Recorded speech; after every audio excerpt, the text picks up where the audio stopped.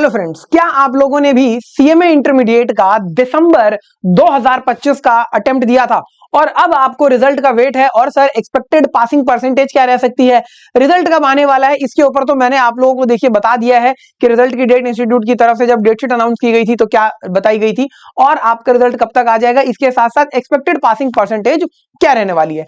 लेकिन सर हमारे मन में एक सवाल और बहुत ज्यादा आता है, वो ये कि सर सीएमए इंटर का रिजल्ट जो इंस्टीट्यूट डिक्लेयर करता है क्या ये सच में बहुत ज्यादा हार्ड होता है, ये रिजल्ट इतना मुश्किल क्यों होता है।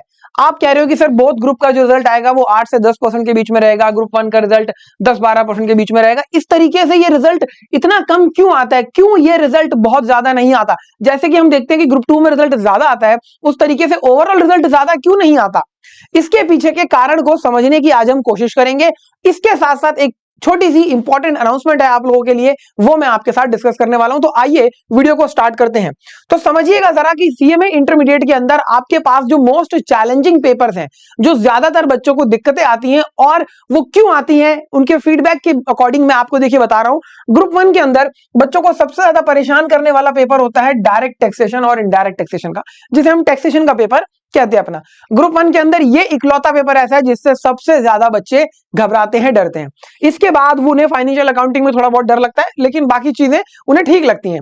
तो ये जो पेपर है सर, अब ये टफ लगता है तो क्यों लगता है, तो देखिए इसका टफ लगने का कारण जो है, इसके सिलेबस में काफी ज्यादा चीजों का वास्ट होना है। इसके साथ साथ देखिए in depth practical applications exam में पूछ ली जाती हैं, चीजें जो है बहुत बारीकी से पूछी जाती हैं, तो कई बार बच्चों को वो चीजें रिटेन नहीं रहती है, रिकॉल नहीं कर पाते एग्जाम में, ठीक है जी, या फिर जब वो प्रिपरेशन कर रहे होते हैं तब उन चीजों पे ध्यान नहीं दिया होता। इस वजह से एग्जाम में फिर दिक्कत जो है आती है और रिजल्ट जो है वो बहुत ज्यादा उनको लगता है कि सर हमारा मुश्किल आ रहा है, लेकिन तैयारी में कहीं ना कहीं कमी रह गई थी। तो ग्रुप 1 के अंदर तो ये वाला पेपर है जो आपको परेशान करता है। इसके बाद अगर मैं ग्रुप 2 की बात करूं तो ग्रुप 2 के अंदर 3 पेपर हैं जो बच्चों को लगता है कि सर ये पेपर हमें परेशान कर रहे हैं। पहला कॉस्ट एंड मैनेजमेंट अकाउंटिंग का, और ये डिफिकल्ट क्यों लगता है बच्चों को, सर इसमें आपका देखिए क्योंकि ऑडिटिंग स्टैंडर्ड्स आ जाते हैं आपके, ठीक है जी, तो वहां पर आपको इसलिए दिक्कत आती है। कॉर्पोरेट अकाउंटिंग की अगर मैं बात करूं और ऑडिटिंग की, तो यहां पर भी देखिए आपका फाइनेंशियल अकाउंट ऑडिट के रिगार्डिंग चीजें पूछ ली जाती हैं, तो वहां पर दिक्कत आती है। मैनेजमेंट ऑडिट के अंदर देखिए आपका जो है काफी ज्यादा चीजें इन डेप्थ पूछ ली जाती हैं। इसके साथ साथ देखिए मैनेजमेंट अकाउंटिंग का जो पेपर है आपका, ये बच्चों को बहुत ज्यादा परेशान करता है। सर यहां पर तो डिसीजन मेकिंग होती है, ठीक है ना, वेटेज जो है यहाँ पर स्टैंडर्ड ऑन कॉस्टिंग की काफी ज्यादा है, मार्जिनल कॉस्टिंग है, ट्रांसफर प्राइसिंग है, तो ये वाले जो टॉपिक्स हैं ये बच्चों को कहीं ना कहीं परेशान करते हैं। और मैनेजमेंट अकाउंटिंग के अंदर आपकी थ्योरी भी काफी ज्यादा आती है और बच्चे अक्सर थ्योरी को ठीक से प्रिपेयर नहीं करते हैं। तो ये 3 पेपर है देखिए जो बच्चों को सबसे ज्यादा परेशान करते हैं अपने 8 पेपरों के अंदर से, ठीक है जी। और अगर आपने इन 3 पेपरों को अपना थोड़ा सा एक्स्ट्रा टाइम, थोड़ा सा एक्स्ट्रा एफर्ट्स दिए तो आपके ये पेपर भी स्मूथ लेवल पर आ जाएंगे और फिर आपको दिक्कत नहीं आएगी। और आपको जो लगता है ना कि रिजल्ट हार्ड आता है या सुनने में आता है कि सर रिजल्ट मुश्किल आता है इंस्टीट्यूट का, वो चीज आपके साथ नहीं होगी, ठीक है जी। अब आइए जरा बात करते हैं कि सर ये जो रिजल्ट हमारा हार्ड आता है, इस रिजल्ट को हार्ड आने के कुछ मेन रीजंस होते हैं। जैसे कि मैं आपको बताऊं कि आप सिलेक्टिव स्टडी जो है वो लेते हो, सर इस वाले सब्जेक्ट के अंदर हम ये टॉपिक करेंगे, ये टॉपिक बिल्कुल नहीं करेंगे, है ना, इस टॉपिक के अंदर भी हम ये वाली चीजें करेंगे, ये वाली चीजें छोड़ के चले जाएंगे। सबसे बड़ा दिक्कत कंसेप्चुअल क्लैरिटी नहीं होती है। सर हम मगअप करने की कोशिश करते हैं चीजों को, जो चीज मुश्किल लग रही है रट लो यार, छोड़ो बाद में देखी जाएगी जो होगा। थोड़ा सा कंसेप्चुअल अंडरस्टैंडिंग के ऊपर भी ध्यान दो कि वो कॉन्सेप्ट कहना क्या चाहता है आपसे, इस चीज को आपको ठीक करना होगा। सर जो हर एक सब्जेक्ट है उसके अंदर कुछ इंपॉर्टेंट एरियाज होते हैं, हर एक चैप्टर के अंदर कुछ इंपॉर्टेंट टॉपिक्स होते हैं, उन इंपॉर्टेंट टॉपिक्स को आप ध्यान नहीं देते हो और पूरे टॉपिक के ऊपर आप ध्यान देने लगते हो, इस वजह से भी मुश्किलें आ जाती हैं कई बार। इसके साथ साथ सर जो बहुत ज्यादा कॉमन है, बहुत ज्यादा, सर राइटिंग प्रैक्टिस नहीं होती। हम तो बुक का ऑडिट करना शुरू कर देते हैं कि यार ये वाला क्वेश्चन हाँ देख लिया ऐसे ऐसे होता है, चलो ठीक है, सैलरी का क्वेश्चन ऐसे ऐसे हाँ हो गया, जीएसटी हम ऐसे ऐसे, अरे वाह, कस्टम हम ऐसे ऐसे कर लेंगे, बस हो गया। नहीं, खुद क्वेश्चंस को सॉल्व करना ऐसे like you are writing the answer in the exam hall, ये बहुत इंपॉर्टेंट एस्पेक्ट है, ठीक है जी। तो ये आपको करना होगा। इसके साथ साथ मैंने कहा कि सर बच्चे थ्योरी के ऊपर तो बिल्कुल भी ध्यान नहीं देते। मैनेजमेंट अकाउंटिंग हो गया आपका, फाइनेंशियल मैनेजमेंट का पेपर हो गया आपका जी, टैक्सेशन के अंदर जीएसटी है, कस्टम है, यहां पर देखिए थ्योरी के काफी क्वेश्चंस आते हैं और बच्चे थ्योरी ठीक से लिखते नहीं है, और जब लिखते नहीं है तो सर उनको मार्क्स नहीं मिलते, मार्क्स नहीं मिलते हैं तो फिर नंबर कम आते हैं, फिर कहते हैं कि रिजल्ट मुश्किल हो गया। तो थ्योरी की भी आपको इक्वल जो है मेहनत करनी होगी। ठीक है जी। इसके साथ साथ अंडर एस्टिमेशन ऑफ डिफिकल्टी, इसका क्या मतलब है? सर आपको लगता है कि यार ये वाला टॉपिक है, ये वाला सब्जेक्ट है, ऐसा नहीं है, ये तो हमने ग्रेजुएशन लेवल पे पढ़ा था, ये हमने वहां पढ़ रखा था, अगर आप पोस्ट ग्रेजुएशन कर चुके हैं। ठीक है जी। और जैसे यूनिवर्सिटी के एग्जाम्स होते हैं उसी तरीके से यहाँ पर भी एग्जाम होंगे और हम निकाल लेंगे, कोई दिक्कत नहीं आएगी, पहला अटेम्प्ट है, बड़ी आसानी से निकल जाएगा।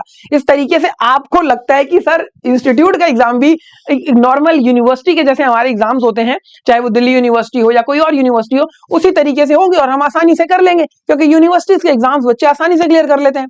और ये वो मिसकंसेप्शन है जो बच्चों के दिमाग में आ जाता है, और इस वजह से भी कई बार बच्चे ओवर कॉन्फिडेंस में आकर तैयारी उस तरीके से नहीं करते हैं, उतनी डेप्थ में जाकर नहीं करते हैं, अपनी अंडरस्टैंडिंग को उतना डेवलप नहीं करते हैं, जिस वजह से रिजल्ट मुश्किल लगता है। तो ये देखिए कुछ मेन रीजंस हैं जो मैंने बच्चों के साथ बात करके आइडेंटिफाई करे कि हाँ ये रीजन हो सकते हैं। ठीक है जी। आप लोगों के साथ भी ये दिक्कतें आ सकती हैं, तो आप लोगों को बता दिया है, अब आप इनको ठीक कर लीजिए। अच्छा सर, इसके साथ साथ एक बहुत इंपॉर्टेंट बात है कि सर जैसा कि मैंने आप लोगों से यहां पर कहा कि सर आपको कंसेप्चुअल क्लैरिटी में दिक्कत आती है। अब सर हम इस कंसेप्चुअल क्लैरिटी को कैसे ठीक करें? सर हमारी राइटिंग प्रैक्टिस अच्छे से नहीं हो पाती है। हमारे इंपॉर्टेंट एरियाज कौन से हैं जिनको हमें स्ट्रॉन्ग करना है? तो इन सब के लिए देखिए आप हमारे कोर्स के अंदर अपने आप को एनरोल कर सकते हैं, क्योंकि इस कोर्स के अंदर ये सारी बातें हम आपको बताते हैं शुरू से लेकर आखिरी तक, तो आपको दिक्कत नहीं आती। और ग्रूमिंग एजुकेशन एकेडमी देखिए सीएमए इंटरमीडिएट के स्टूडेंट्स के लिए एक बहुत कमाल का शानदार ऑफर लेकर आया है। क्या ऑफर लेकर आया है? सर फ्लैट 20% का आपको डिस्काउंट मिलने वाला है सीएमए के सभी कोर्सेज के ऊपर 11th to 13th फरवरी में। ठीक है जी।